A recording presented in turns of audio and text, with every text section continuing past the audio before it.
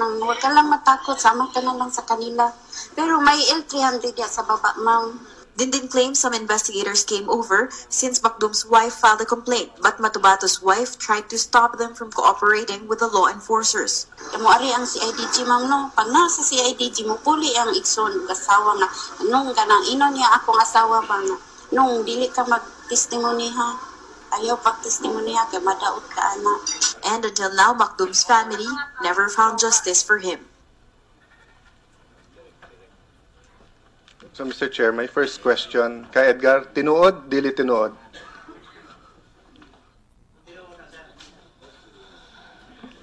Tinuod? Tinuod na, si Miresol Marquez, asawa ni Sally Macdum. Noong 2002, amo na siyang gidakop sa mga pulis. Kuyog lang ko sa mga pulis. Dili man ko authorize mo dakop, sir. Dili man ko authorize. Senator Subiri, will you please translate? My Well, I know what tinuod means, but can you translate the whole passage? Ang nidakop ana, sir, si Arthur Las Cañas, si Kernel Abudi, si Kernel Capote, si Porog, si Gascon, puro mga puliser, ako lang ang sibilyan. Kay nagmeeting na sila, kay na daw terrorist. Terrorist ang akong nabalaan, terrorist. Pero ako ang nakabalo, sir, kay nagbadi ko kang Macdum, kay nagpapalit siya og yuta sa mua, aw sa kuha. Mura kong nag-broker og yuta. Pero himuon din niya ng training center. Ang pagkasabot ko sa training center, kung himuon bang dulaanan, kung unsa ba, basta wala ko kabalo kung unsa. Can you hold on for a while? Go ahead. Sabi niya, they had a transaction to buy land, and he was going to sell the land to Macdum, and it's supposed to be utilized for a training center or something. But they were transacting with land. Sige, padayon. So, sa dali nga istorya, sir, gipatawag ko sa opisina sa heinous crime. Nagmeeting sila. So, sa tanto na pag-meeting namo, gipakita nila ang picture ni Sally Macdum. So, pag tanaw na ako, mauman siguro ning akong gibakapan, gikuyugan na ako, o si Sally Macdum. O gi-prove na ako nga naasa akong kamot. Hold it. Okay, so he went to the office of this gentleman that he was talking about. Pinakita daw siya ng litrato na target daw to, and he said, nagtataka daw siya, ito ba yung binabakapan niya na kaibigan niya? At na-recognize niya. So, heinous crime, he went to heinous crime. Heinous crime said, pinakita siya ng litrato na ni Turco or Macdum na kaibigan niya. Yeah, That's right. Yeah, Go ahead, please. Mo to, sir, nagsabot mi nga mo adto siya Piña Plata kay magkinahanglan og kwarta para mabayaran namo. Mo to among sabot. So mga Kay Edgar, unsa giingon sa imon ng heinous crimes? ang gisulti sa ako sa heinous crime, terrorist lang ang kuan nila. Kinsa man ang kastoryahan mo sa heinous crime? Si Arthur Las Cañas, si Kernel Abudi, si Jim Tan, si Porog, si Medina, si Ubalis. For the record, Mr. Chair, I asked him what did the heinous crime tell him, and they said he was a terrorist. So I asked him who he talked to sa heinous crime, and he's narrating all of these names. Kay Edgar, ang ibig ko sabihin, pagpasok mo sa heinous crime, tanan mga pangalan sinabi mo, lahat sila nandun? Sir. Opo, sir. So, hinihintay ka na? Hinihintay na ako, sir. Kasi tumawag ka? Hindi, sir. Umuna na ako sa Piña Plata. Una na ako sa Piña Plata. Sila ang ulahi pag abot. Ako ang niuna kay nagsabot mi ni Sally Macdum nga mag-abot mi sa itaas sa palengke ni Abinyon, yung nabidyo ngayon. Si Abinyon ang may-ari yan. Tinuod na yung misis mo at misis ni Macdum magpinsan? Magpinsan, sir. Magpinsan. Yeah. Live-in partner ko. I asked him, Mr. Chair, whether it is true, tinuod ba that his wife and the wife of Mr. Macdum are cousins? He said, yes. No? So, kasi ka Edgar, and baka you can help me, Senator Migs, no? Kung magpinsan sila, magkakilala kayo, magkasama kayo, bakit biglang pumasok sa isip mo pumunta ng heinous crime? Hindi man, sir. Siyempre, ako, sir, sa heinous crime, asset ako, sir. So, kung anong mga hinalaan nga tao, sumasabi din ako. Wapa naman hinala di ba? Wapa. Ang storya mo kanina, ikaw nagpangutana sa mga taga-heinous crime kung kinsa man kini si Macdum. Pero, I will translate it, I'll just Actually, finish the the... witness, I believe, can speak Tagalog, so I think you can speak Okay. Tagalog. But maybe I just object, Mr. Chair, to the statement of Senator De Lima that it's misleading. I was just looking after the comfort of Mr. The chair will decide Motobato. on any statements being perpetrated by any senator here. Please do not make side remarks. If you have a question, raise your hand. If you have any objection, raise your hand, and the chair will rule. Thank you. Please do not make any comments on what is transpiring right now. Marunong ka ba magtagalog? Kabalo ka magtagalog? Kanang baluktot, sir. Di bale, itutuwid na lang natin. Okay? Sige, go ahead. So, ka Edgar, kung sabi mo kanina kasi, ikaw nagtanong sa heinous crime, sino ba to si Macdum or bakit to terrorist? Samantalang matagal mo nang kilala, dahil nga magpinsan yung misis nyo, at marami kang transaksyon sa kanya, yung ginto, tapos yung lupa. Parang bakit out of nowhere, bigla na lang, pupunta ka ng heinous crime? So, wala man, sir, kaming transaksyon nga ginto. Lupa man lang. Paano pag magginto yan? Nga wala mang ginto sa Samal, sir. Can you translate please, Senator Zubiri? No, he just, sabi niya, wala naman daw transaction silang ginto kasi wala naman daw ginto sa Samal. Lupa lang. Lupa lang. Okay, So, go ahead. so gaano katagal mo nakilala si Mr. Macdum? So, kilala ko si Macdum, sir, mga 3 buwan siguro, sir. Si Sally Macdum. Inintroduce na ni Mirasol Marquez, yung asawa niya. Inintroduce nga, backupan mo. So, maganda naman ang panagsama namin. Kaya akala ko, livelihood ang pupuntahan ng usap namin. Tutulong si Sally Macdum ng mga daycare center, mga ambulance, ang bibilihin niya sa Samal Island. So, pumayag naman ako. Pero hindi ko alam nga, terrorist siya, sir. Doon ko na nalalaman, doon na sa heinous crime, yung pag-meeting, pinatawag ako, pinareport ako.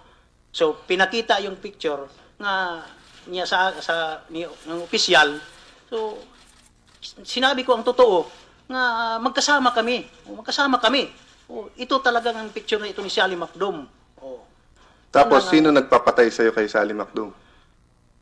Yung taon na yan, sir, nakuha na si Sally Macdum, mga banda alas 7 ng umaga. Dinala namin, sinakay namin ng FX, dinala ng opisina ng PAOK TF, pero wala na yung PAOK TF na yan. Ang pangalan na ng opisina doon.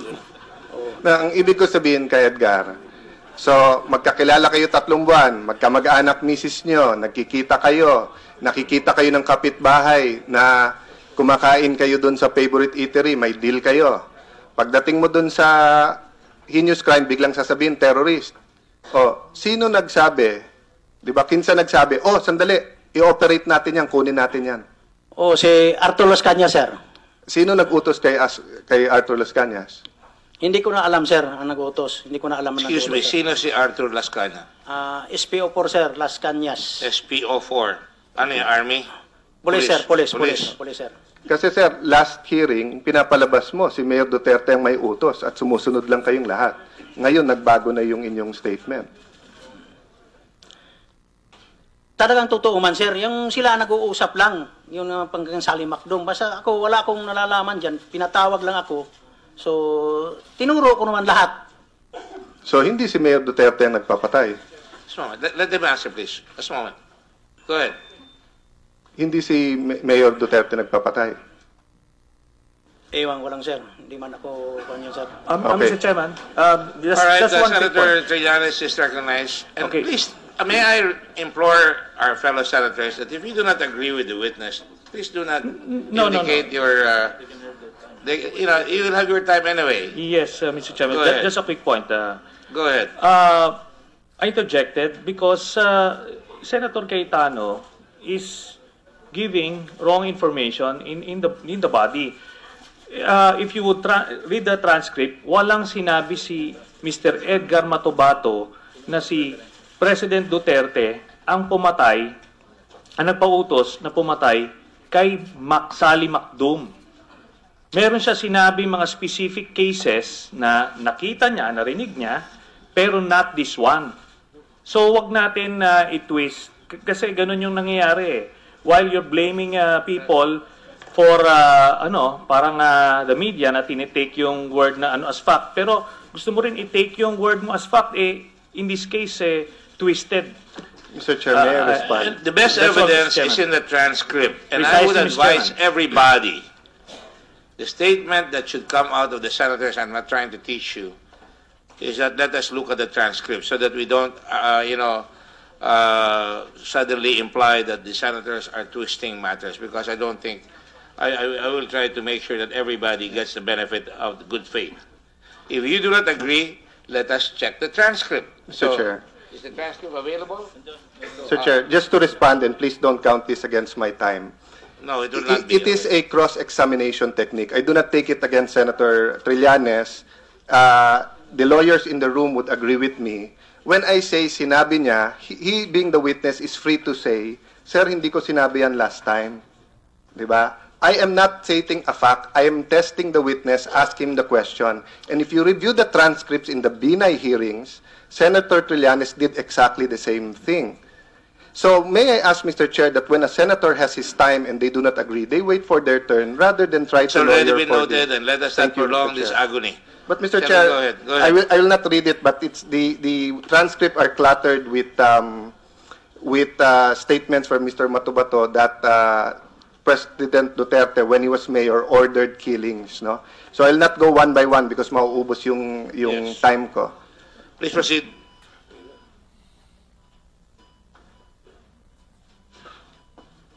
So ano nangyari, Mr. Ka-Edgar, no?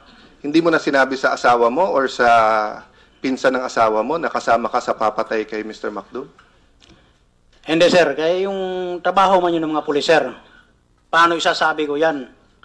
Hindi ba, sir, trabaho ng pulis hulihin ng kriminal, hindi patayin ng kriminal? Kung dito sir, pero sa Davao, ang paghuli yan, pinapatay yan sir. Yun po ang palagay ninyo. Pero nung tinanong kita last hearing, kung alam mo lahat ng pulis at buong Davao, sabi mo hindi. And it seems like you're not even from Davao City, you're from Samal. Yung grupo naman ng heinous crime ng sir ang pumapatay. Ang iba naman nga pulis sa Davao, mabait naman. Hindi man lahat ilalahat mo yan. So kaya nga, sir, so binabago niyo yung statement niyo. Hindi sir.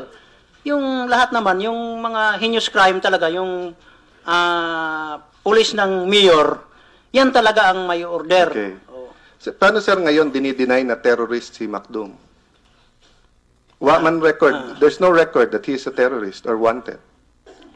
Kaya nga sir, pinailan ako ng kidnapping sir na dismiss yan sir. Kasi si Sally Macdum, backdoor. Backdoor yan sir, si Sally Macdum. Walang record sa embassy sir, walang record. By backdoor, ibig sabihin, walang record na pumasok siya dito. Yes sir. Sa ating immigration, alam mo yan? Wala ka, paano mo nalaman backdoor siya? Yung mga pulis naman, sila naman ang Hindi. Yung alam mo, hindi yung mga pulis. Opo sir, yung alam ko lang sir. Pinsan siya ng asawa, ang asawa niyo magpinsan. Opo sir, opo sir. Sinabi ba sa iyo ng asawa mo na yung asawa ng pinsan ko ay tinatawag mong backdoor, pumasok na walang visa or ito ay palusot lang sa likod sa Mindanao? Wala sir, walang sinabi sa akin So sir. paano mo nalaman backdoor? Yung mga pulis naman sir, sila ang nag-asikaso sir. At pinaniwala mo yon over sa isang asawa? Yung relasyon niya? Yung relasyon lang sir nila, yung pagkakaalam ko, pero walang sinasabi sir. Sige, okay, go ahead. Go ahead. Yeah. So, iba kasi ka, Edgar, ang illegal alien, hindi terorista yon. Yung pumasok na Turko, Chinese, kahit anong nationality dito na walang visa, walang hindi namang criminal yon, di ba? Illegal alien sila. Pwede i-detain, pwede i-deport, pero hindi pinapatay yon. Ibang-iba sa terorista yon. Nung sinabi nilang terorista, ano daw ang ginagawa niyang, paano siya pagka-terorista? Yan lang hindi ko alam, sir. Kasi ang pumatay man, sir, mga kasamahan ko mga pulis. Paano yan pagkapalalaman ko, sir? So, sir, hindi ka kasama? Kasama ako, sir. Kasama Kasama ka sa pumatay? Opo, sir. Kasama ko. Anyway, I'm running out of time, Mr. Well, let me Chair. just go. Kasama ka sa pumatay. Saan pinatay? Sa mga aquari, sir. Sa quarry. Yan ba yung... Yung kang what? Bin Laod, sir. Ha? Bin Laod. Mga aquari, Bin Laod, sir. Laod. Yung may-ari, sir. SPO4. SPO4 Bin Laod, sir. So, police din na may-ari. Police yun may-ari, sir. So, pinatay niyo doon. Ilan kayong pumatay doon sa taong yan? Kay Turco? 6 kami, sir. 6. Pumutok ka rin. Hindi na yung kuan, sir. Hindi na yung binaril, sir. Binigti na lang yan. Binigti. Binigti. Binigti, sir. Pinagtulungan niyo yung tao, nahawakan niyo habang nilalagyan ng tali, tapos binigti. Ginanyan ang lubid, sir, dito sa liig. Ginanyan. Sino ang humawak sa lubid? Kami ni kuan, sir. Kami ni Arthur Las Cañas. So, dalawa kayo ni Arthur Las Cañas. Opo, sir. Bakit pinatay? Ang nalalaman ko lang, sir, na terrorist si Sally Macdom. Yan lang ang nalalaman ko. So, wala naman akong ibang nalalaman. Kaya yan man ang kuan nila, nga terrorist si Sally Macdom. At dahil doon, okay sa'yo patayin siya. Parang wala naman ako magagawa, sir. Kaya sila man. Hindi ko tinatanong kung wala magagawa. Tinatanong ko lang sa'yo, hindi ka naisip na konsyensya mo na yung asawa ni Macdom, pinsan ng asawa mo, hindi pumasok. Huwag naman, pinsan ng asawa ko yan. Hindi pumasok yun sa'yo? Hindi, sir. Wala naman ako magagawa, sir. Sige, okay. Alright. Ka Edgar, dito sa page 18 hanggang page 20 ng ating transcript. So sabi ni Chairperson De Lima, mayroon ho bang namatay dyan sa pagbomba nyo sa mosque na yan? Naka-timing lang, ma'am, na walang tao, walang samba. Chairperson De Lima, so walang naging casualty, ma'am. Chairperson De Lima, sino kamo ang nag-utos? Sagot mo, Mayor Duterte, ma'am. Tama? Opo, sir. Paano mo narinig mo na si Mayor Duterte nag-utos? Opo, sir. Paano po? Noon ng gabi yan, binumba yung cathedral, sir. Binumba. Pagkatapos ang 26, umakyat si Mayor Duterte na ang sabi niya, masakirin niyo yung mga muske. So, hinati naman kami nila ni Colonel Asindista, El Diponso Asindista, kami ang nagsama doon. So, Sir, isa-isay natin. Sino kayong magkakasama nung nagsalita si Mayor? ang dami namin sa opisina, sir. Mga ilan? Hindi ko na maalala, basta buong heinous crime, sir. Okay. Buong Tapos sa harap ninyong lahat, sinabi niya, bombay natin yung... sinabi niya? Ang kaharap na talaga, sir, yung opisyal namin. So hindi niyo narinig mismo yung utos niya? Narinig namin, sir, narinig namin. Sabi mo, ang kaharap lang yung mga opisyal. Ang kaharap nga, siyempre, opisina man, sir, hindi man kwarto yan, parang ganito. Siyempre, maririnig So, mo ang... ano eksakto narinig mo sa kanya? Patayin mo yung mga nagbomba sa katedral. So iba yun sa sinasabi mo dito na siya nag-utos maggranada sa moske. Iba yung patayin mo yung mga nang masakre, iba yung bombahin mo o masakrin mo yung mga Muslim. Paano, sir, nga kami ni Jun Larisma ang humagis ng granada ng moske? Tama, sir. In-order na niya yan. Hindi, sinabi niya maghagis kayo ng granada o sinabi niya patayin mo yung mga nang Basta masakre? ang order, sir, masakrin lang yung moske. Sir, hindi yun sinabi mo kanina. Ang sabi mo, ang eksaktong salita ni Presidente, patayin ang... Yung nagbomba, sir, yung mga suspect, sir. Yung mga suspect. Patayin ang suspect, yun ang sinabi. Pero yung masakre ng mga hindi niya sinabi. Nag-order na niya, sir. Nag-order niya. Mayor pa siya, sir. Sinabi niya. Sinabi yan, sir. Sabi mo kanina, hindi yun ang sinabi niya. Sinabi yan, sir. So, ano eksakto sinabi ng Pangulo? Ang sinabi niya, masakirin yung mga muske. 3 muske. Isa sa Maa, isa sa Ikulan, isa sa Bangkiruhan. So, kami naman sa Bangkiruhan. 2 kami ni Jun Larisma ang humagis ng So, yun granada. ang ginamit niya salita, masakirin niyo ang moske. Yun eksakto ang sinabi niya. Opo, sir. Paano mamasakirin ang isang moske? Pwedeng pasabugin, pwedeng Excuse me, sirain. just for the record, Senator Lacson is giving, your 10 minutes is up. Thank you. Senator Lacson has asked me to extend your time, to take his time. Yes. Kaya Edgar, 10 minutes. pagpasensyahan mo na ako kasi grabe tong accusation mo di ba? So hindi mo masisi, ako man, sabihan ng asawa ko, may kasamang babae yan, talagang tatanungin, nasaan ka, anong oras, sino, pinsan mo ba yan, para malaman kung nagsasabi ng totoo. Di ba? So, Opo, sir. nasaan kayo nun at sino kayo magkakasama? Pakiulit. Kami ni Major Asindista, ni Cloribel, ni Jerry Baguhin, Arthur Las Cañas. Basta madami kami, sir. At nandun ka. Oo, nandun, sir. Malayo ka, malapit ka, paano?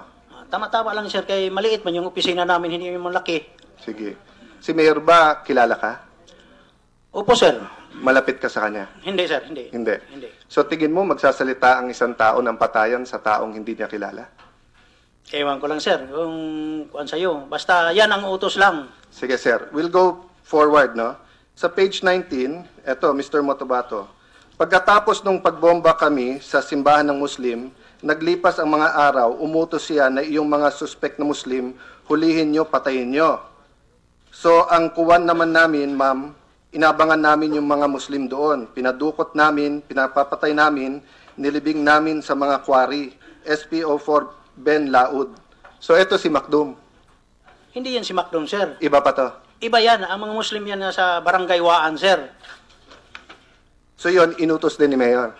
Opo, sir. Saan mo narinig na sinabi niya to? Yan talagang inutos sa amin. Siyempre naman, hindi ka makakarinig, Saan sir. nga, sir? Oo. Ano sabi mo, sir? Siyempre naman, hindi ka makakarinig. Nakakarinig naman, sir, sa... Kaya nga, sir, ano to? Ibang meeting? Parehong meeting? Parehong meeting yan, sir. Yung talaga yung mga Muslim doon, sir. Pero hindi yun ang testimonyo mo, sir. Order niya yan, sir. Hindi man yun pumapatay yung mga pulis. Sir, Hindi yan order niya. Ang sabi mo dito, pagkatapos ng pagbomba, sabi mo yung meeting nyo nung Opo, una, sir. bago magbomba. Ngayon, sinasabi mo parehong meeting. Hindi, So, ganito iniiba mo testimony mo last time at saka ngayon. Ganito yan, sir. Siyempre, umu-order ka kung... Pakisagot mo muna yung tanong. Iniiba mo ba yung testimony mo ngayon kaysa nung nakaraan? Pare-pareho lang, sir. So, ano ba? Dalawang meeting, isang meeting? Isang meeting lang yun, sir. So, mali yung sinabi mo last hearing na pagkatapos ng pagbomba, dun lang in-order na sundin mo yung ibang Muslim. Kasi, sir, sumusunod lang ako sa mga official, sir. Hindi naman ako pulis, sir. Pakisagot lang kasi iba yung tanong sa'yo. Ang tanong sa'yo, pagkatapos ng bomba, nag-meeting na naman kayo, inutusan kayo na naman na gawin na naman yung dapat gawin na sinasabi nyo. Opo, sir. Inutusan ng mga pulis, sir. Oo. Inutusan yung Sige. mga... Well, anyway, Mr. Chairman, the record speaks for itself. In the last hearing, ang sinabi niya, meeting muna, imasakir ang mga moske, pagkatapos binomba, saka inutos. Now he's saying it was the same meeting where he said both. I think the record will speak straight. Pag sinundan ko yung transcript, kay Edgar, ang sinabi dito, kinidnap nyo si Macdum. Kaya nga, sir, yung parang kinidnap na yan. Siyempre, hindi naman So, hinuli yan. oo ba yun o hindi? Totoo, sir. Totoo. Oo. Oo, sir. Oo, Opo, sir. Oo. thank you. Pero hindi si Mayor ang nag-utos sa inyo na kidnapin si Macdum. Walang kinalaman si Mayor. Okay. Sir. Oo. Doon kay Macdum walang kilalaman si Mayor. Walang kinalaman. Okay. So, gaano ka kasigurado kay Edgar sa mga pinapatay kung kailan ito'y utos ni Mayor at kung kailan ito ay mga pulis o kasamahan mo lang? Halimbawa, kung sila mismo ang may, hold upin si Macdum, o kaya meron silang pusher or whatever. I'm not saying, hindi ko sinasabing masasamang pulis yung mga binabanggit mo, hindi ko sila kilala. Pero ang sinasabi mo dito sa amin, sumusunod ka lang kung ano sabihin nila. Tama po? Opo, sir. Opo, So, sir. kailan mo po nalalaman, sir, pag utos ni Mayor, at kailan mo nalalaman kung sila lang may gusto nun? Hindi man yung palagi, sir, nga sumasama ako sa kanila. Yung may trabaho lang, sumasama ako, sir. Sige, sir. Lilipat na ako sa ibang topic, ha. Sir, sabihin mo ikaw ay isang professional killer. Wala ako nagsabi yan, sir. Sabi mo, sir, ang trabaho mo ay pumatay. Wala, sir. Wala akong sinabi yan. So, ano, sir? Sabi mo, Bawal sir, yan. kapgo ka. Pero, Ipanyabong, sir. hindi, sir. Di ba ang sabi mo, DDS ka? Hindi ako nagsabi, sir, na DDS ako. So hindi ka DDS? Membro nga, sir. Pero yung pag-ipagyabang ba nga, magsasabi ako nga DDS, hindi yan. Okay. So membro ka ng DDS. Membro, sir, membro. Ano po ang ibig sabihin ng DDS? Pumatay ng tao, sir. Basta panalaman ko lang, sir, pumapatay yung sige. moto, sir. So ibig sabihin po, yun ang trabaho mo, pumatay ng tao. Opo, sir. Pero yung masasamang tao lang, sir. Sige, magaling ka ba sa trabaho mo? Hindi. Simple naman, sir. Ano naman, sir? Okay. Kasi hindi talaga ako makatulog dun sa litrato ng 30 tao na uubusin lahat ng laman ng barel dun sa NBI agent at 30 kayong inubos. So kung ang laman ay 5 o 7 shooter o 9 yung laman na bala, may git 115 bala, hindi pa rin patay. So ibig sabihin, hindi kayo magaling na killer. Hindi ba, sir, operation ng mga pulis, sir? Kasi gumugulong yung tao sa ilalim ng pick-up, sir. Gumaganon yun, sir. O, sir, pero paano 30 yung kayo. pagtatamaan mo, sir, nga magaling sa rolling yan? Sir, sabi nyo 30 at sabi nyo 200 ang balang laman ng katawan niya. Yung sa estimate lang, sir. Siyempre, hindi mo naman mabibilang yung putok ng baril, sir. Sir, ang nasa likod mo, bilangin natin ha. 1, 2, tapos bakante, 3, 4, 5, 6, 7, 8, 9. So, siyam ang nasa likod mo po ha. So, times 3 niyan ang 30. So, kung yan po ang pick up, times 3 po niyan ang nakapaligid. Sabay-sabay, isang tao lang binabarel, 200 ang laman na bala. Paano po kami maniniwala na professional kayong killers, mga alagad ng batas, hihintayin nyo si Mayor na may using dalawa bago mapatay? Kasi hindi ako kukuha na, kung may DDS talaga, at ako ang pinuno ng DDS, hindi ako kukuha ng inutil na killer. 30 kayo, isang tao lang ang papatayin nyo. Ganito, sir, ipapaliwanag ko sa iyo. Sige po. Yung bumaril ng Amisula, mga pulis din, sir.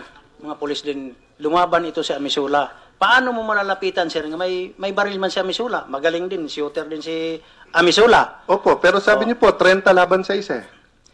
Kaya nga, hindi nalalapitan, sir. Nang doon siya sa ilalim ng pick-up, paano Hindi niyo po mapupuruhan mo yan ng tao? Kahit nga hindi yun ang testimony mo nung una, sabi mo, nandyan lang, pick up lang, nandyan, paglabas, naturo, pinagbabaril. Ang sabi mo, nakahiga na, binabaril pa rin, humihinga pa rin. Kaya lumapit si Mayor at kumuha ng usi at tinuluyan. So, ang pinapalabas niyo po last hearing, si Mayor kung hindi kay Mayor, hindi pa mamamatay yon. Ganito, sir. Nahuli na si Amisula, naubusan na ng bala, sir. Yan lang, naubusan na siya ng bala. Okay. Kaya na nga, linapitan na si Mayor, nga si Mayor na nga ang tumapo sa buhay ni Amisula, sir. Ang point ko lang naman kay Edgar, at mali pumatay. Ang sinasabi ko lang, maging organized crime yan, maging sa droga, maging sa police, mga professional yan. Paniniwalain niyo po kami na 30 tao, uubusin laman ng laman na bala ng baril nila, hindi nila mapatay ang isang tao na ikaw na nagsabing naka-corner na siya, nandun na, yung gulong-gulong sa pickup po, hindi malaki ang ilalim ng pickup, limitado din ang mapupuntahan niya, nakapaligid na ang 30 tao sa kanya. Mahirap yung tatamaan, sir, ang ganyan nandoon sa ilalim ng pick-up, sir. May CQ-sino yan, sir. Mahirap yung tatamaan, sir. Sir, nagsimula ba putukan? Nasa ilalim na siya o nasa harap pa siya nung nagsimula yung putukan? Ang kaharap niya, sir, si Major Pabo Pumiro, binaril ni Amisula. Tinamaan talaga. So, nakatayo pa ho siya? Hindi na nakatayo si Major Pabo. Nabulagta. Opo, sir. pero si Amisola po, nakatayo pa rin siya. Hindi na, sir. Nag-cover na siya. Kaya ang dami namang So, pulis. pagbaril niya, higa siya. Opo, sir. O, tapos? Lumalaban. So, higa siya, pero wala naman nakatakip po, di ba? Dahil kita, pick up lang nandun, walang nakaharang . 30 na ho nakapaligid, sabay-sabay nang pumuputok. Punong-puno na yung katawan ng bala. So, sir, mali yung sayo. Paano nga, sir? Hindi yun nga, bastang babaril-barilin na ang tao, sir. Lumalaban ang tao, bakit Kaya nga, sir. malalapit ka, matatamaan ka? Kaya nga, sir. So, nakadistance ang tao, sir. Paano yan? Sir, yun nga sinasabi ko, pakikwento mo sa amin paano nangyari. So, nakahiga si NBI agent, bumabaril pa, nasaan po yung 30? Kasi kayo po nag-describe nung huli na yung 30 nakapaikot na kayo, inuubusan nyo na ng bala, pero si Mayor, di ba tinanong ko po sa inyo, Hindi ko yan sinabi, sir, nga 30. Hindi ko yan sinabi sa iyo nga 30, sir. 30 ang sinabi niyo, sir. Hindi, sir. Hindi, sir. So, ilan po? Pakihanap lang sa transcript kasi ang alam ko 30 ang sinabi. So, ilan po? Basta madami-dami kami, sir. Pero, mahirap. Ipapaliwanag ko lang sa iyo, sir. Mahirap tatamaan yung tao nga nandoon sa ilalim, sir. Sir, kung katulad yun ng huwag tayo mag-usap, sir, Excuse me. Ano ang baril ni Amisola? Alam mo ba? Parang Glock man siguro, sir. Hindi ko na sigurado, sir. Ilan ang laman ng Glock? Extended ang magazine, sir. Nakita mo extended? Extended ang magazine, sir. Ilan ang laman ng extended? Hindi ko alam, sir. Hindi ko man Oo alam, sir. naman. Hindi ko alam yun. Basta Glock lang, sir. Hindi ko alam yung magazine yung pirang laman, sir. Ha? May 14 rounds, may 28 rounds. But anyway, sige, go ahead. I just wanted to know. Kasi sabi niya na ubusan ng bala eh. Mr. Chairman, kay Edgar, tama ka naman na mali ako o mali ka pag theoretical. Sir, mahirap. Sir, lumalaban. Kaya nga ang tanong ko sa iyo, eyewitness ka eh, sabi mo. Actual. So, kwento mo sa aming actual. So, pag baril niya doon kay Major, anong ginawa niya, tapos paano nangyari? Ikaw magkwento sa amin. Umikot-ikot si Amisola, sir. Umikot-ikot. Paano pong umikot-ikot, sir? Nang kuwang sa pick-up, sir. Gugulong-gulong sa pick-up. Kasi dumapa siya, sir. Dumapa? So, doon na sa ilalim ng pick-up nagtago. Siyempre, may gulong ang pick-up. Hindi mo mapupuruhan. Kay, hindi ka kakalapit sa kanya. Kay shooter yun si Amisola. So, yung 30 po na nakaganon sa ilalim, sabay-sabay pumuputok, walang tumatama? Tumatama, sir, pero hindi siya napupuruhan. Ito po, sir, siguro po 30 kami. Transcript 229. Very fortuitous. So, tunay. So, tunay to, hindi. 229. Kayo po nagsabing 30, hindi po ako. Hindi ko So, na, binabago niyo po ulit, sir. Hindi ko binabago, sir, pero parang hindi ko na nakukuhan, sir. Okay. Sir, so nung napuruhan na siya, kasi napakarami niyong bumabarel, lumabas siya sa ilalim ng o doon na po siya sa ilalim? Hinila na, sir. Paano po, sir? Binira na siya sa, sir, sa... Palabas. Palabas, Oh. sir. Pero, Nung hinila siya palabas, hindi pa rin siya patay kahit na 200 ang laman ng bala niya. buhay pa siya, sir, buhay pa. Daplis naman tinatamaan niya, sir. Oh, Daplis naman. Kaya nga, buhay pa siya. 200 tama pero panay daplis po? Excuse me, Senator Cayetano, wala bang autopsy report ito? Well, anyway, Mr. Chair, I was just going to point out that his testimony is that he is a professional killer. Whether he used that word or not, that is the implication of being a DDS member. I think we can all agree because he claims Okay. to have killed so many people. Yes. I think that is stipulated already. But in the specifics, it is incredible that 30 people will not be able to kill one shooter and then the mayor will come with 2 magazines. I just wanted to point that out because aside from not imagining it, Mr. Chair, people have been calling my office, texting me, sending me private message, Sir, paki-clarify dahil baka mali lang rinig namin. Because even an unprofessional killer, meaning yung makahawak lang On ng this baril. graphic notes, there are 30 people that has been established. Lahat pumuputok yung 30 na yon. At sa kabila ng putukan na 30, buhay pa siya at sinasabi mo, lumapit pa yung mayor para patayin siya. At ang nakapatay ay si Mayor Duterte. Opo, Sinasabi sir. mo?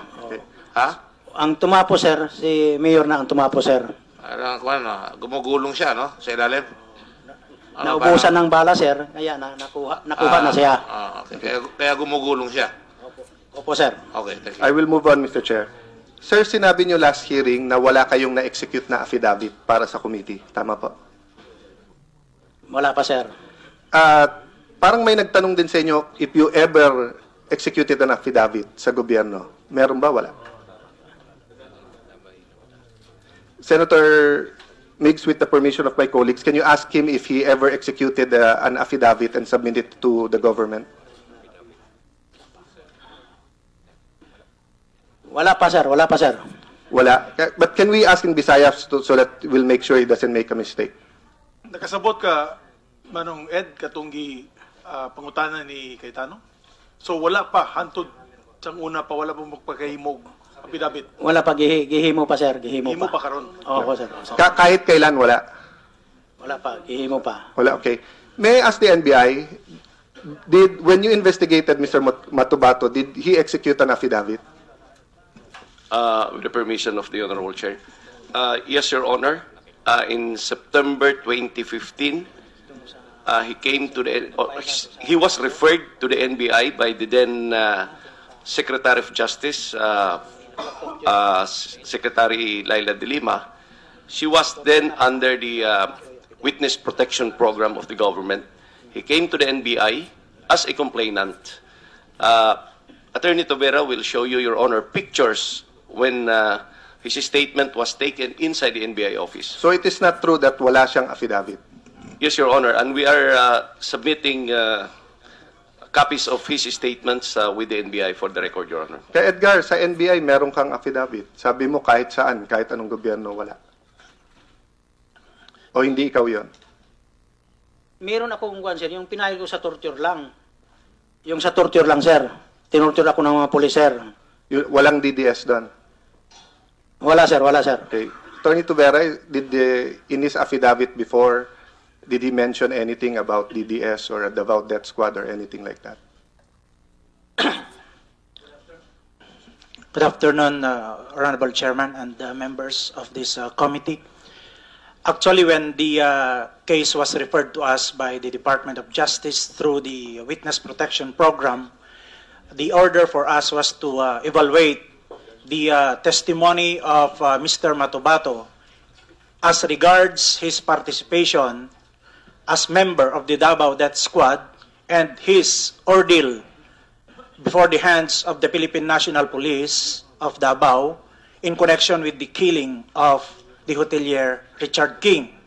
After evaluating the statement, Your Honor, the case that we evaluated that can sustain the rigors of trial is only cases for Anti-Torture Act, Republic Act 7438, and arbitrary detention.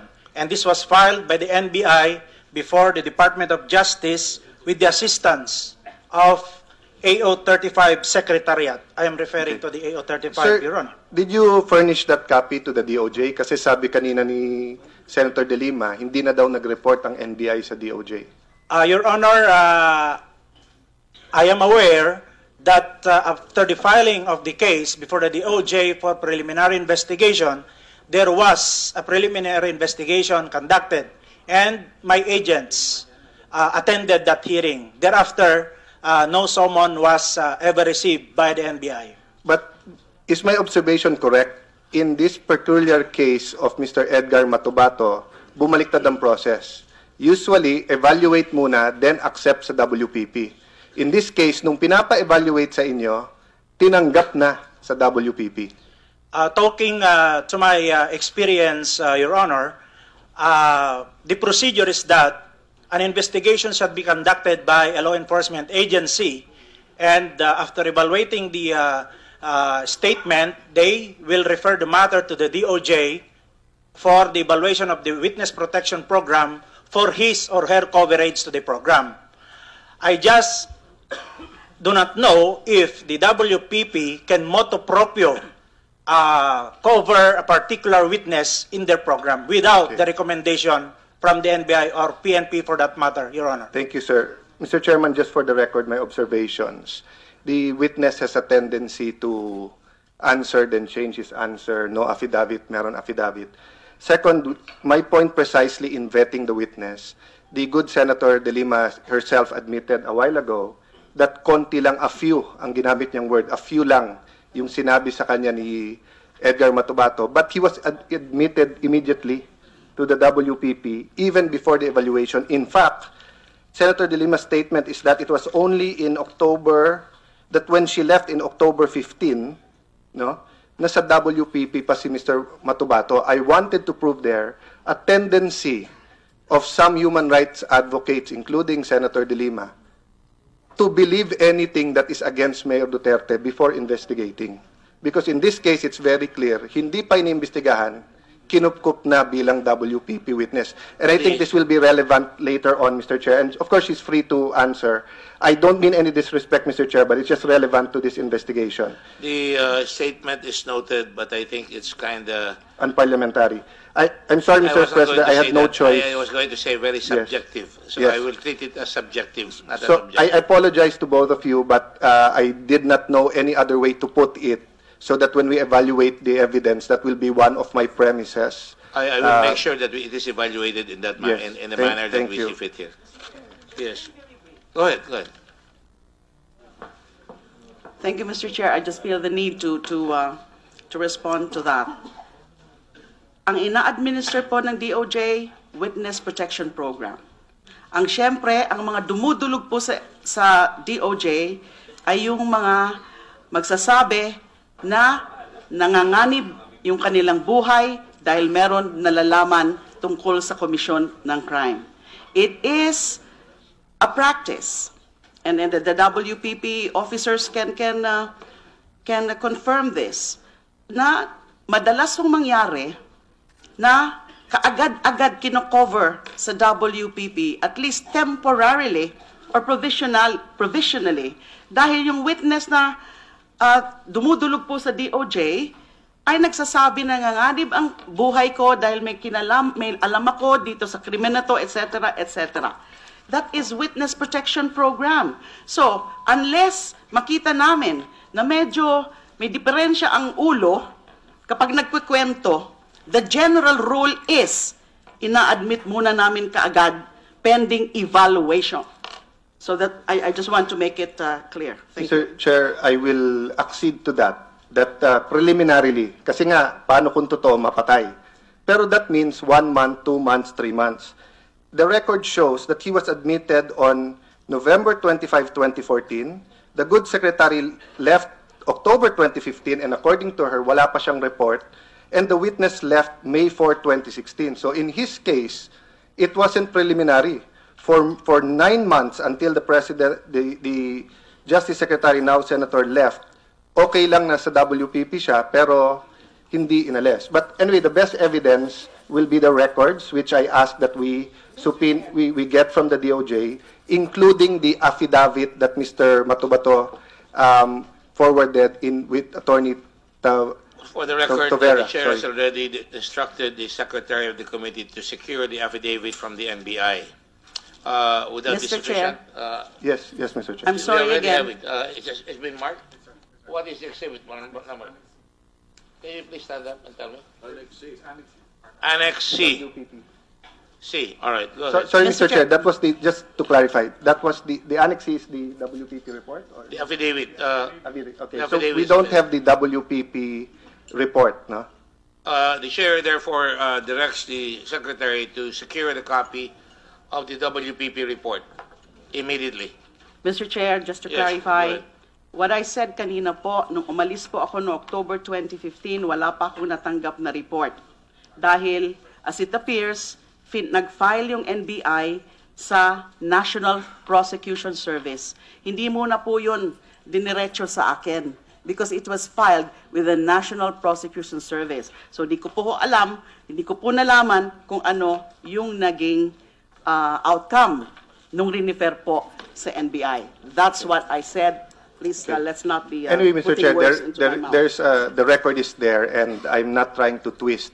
There are two theories here. Now, one, meron talagang DDS, at meron talagang nationwide effort for extrajudicial killing. The other theory is that it is a political play against the president, and we are getting incredible witnesses. But I'll not go into that, Mr. President. Mr. Chairman, can I continue on the same point? Before you do, the chair will admonish everybody that the words are taken on the record, and the committee will be in its best service of the nation to consider everything that is on the record. And, Thank you. Please, I beg both of you, both of the representatives here. I'm saying representatives because apparently there's a debate going on here, and therefore leave it to the committee to be objective. I precisely ask that both of you be in the committee so that you can actually have your say. But spare us the editorials. Yes. Thank you very much. I will submit, Please Mr. proceed. Chair. Thank you. Kay Edgar, sabi mo kanina walang affidavit. Tapos nung nilabas ng NBI na meron affidavit, sabi mo sa torture lang. Tama? Okay, so ang ibig mo sabihin, sa affidavit na yon, wala kang binabanggit tungkol sa DDS? Yung sa torture ko lang, yung mga pulis lang ang sinama ko. Sa DDS, wala? Wala pa man. Okay. Sorry, Mr. Cayetano, your time is up. Yes, can I just read But this? I believe Senator Pacquiao. Mr. Chairman, supposed to be- I will give my 10 minutes. Bigay ko pa rin yung 10 minutes ko sa kanya. Thank you, Senator. Just for the record, baka sabihin nyo, namimili ako dito, no? A senator can give his time so that the continuation of a cross-examination or an interpellation can be undertaken. Senator Lacson has waived his time of 10 minutes, and now Senator Pacquiao, who comes, and for the record, these are the order. Senator Cayetano, Senator Lacson, Senator Poe, they're all finished for their first round. Senator Angara has not yet spoken. Senator Trillanes, and then Senator Zubiri, and then Senator Pacquiao and Senator De Lima. In the interest of an orderly presentation, we will allow Senator Cayetano to go ahead and continue. And then you can repost later on. That is the ruling of the chair. Thank you. Thank you, Mr. Chair. And may I just confirm that is the tradition of the Senate and the committees? That time can be given in accordance with That's what I you said. stated. If I wasn't clear, tatagalugin ko, pwede pong magbigay ng oras ang mga senador para mabuo ng isang senador yung kanyang yung flow para matuloy-tuloy po. Kasi may... What reason do you have to fear for your lives and that of your family? Ang sagot, I was a member of the Davao Death Squad or DDS since 1988. That was where Rodrigo Duterte first came into power as mayor of Davao City. Next, paragraph 7, question. What is the Davao Death Squad, DDS? It is a group of assassins and gunmen based in the entire province of Davao. Hindi lang po city, province of Davao nakalagay dito. That it is discreetly being run and funded by Rodrigo Duterte since 1980 up to now. At present, it is directly being under the supervision of SPO04, Arthur Las Canas, and about 10 of his police subordinates in the Davao City office. Can you enumerate the names of the subordinates? Niname po niya, Mr. Chair. Aside from these police officers that you have named, are there any other personalities involved with the operation of DDS? Yes, retired SPO4 Buenaventura, and so forth and so on. Even the next question, do you know any other such personalities? Yes, retired SPO4 Ben Laud. Sir, kakasabi nyo lang 2 minutes ago, wala sa affidavit na to ang tungkol sa DDS. Tad-tad po ng tungkol sa DDS. Bakit po kayo nagsisinungaling sa committee?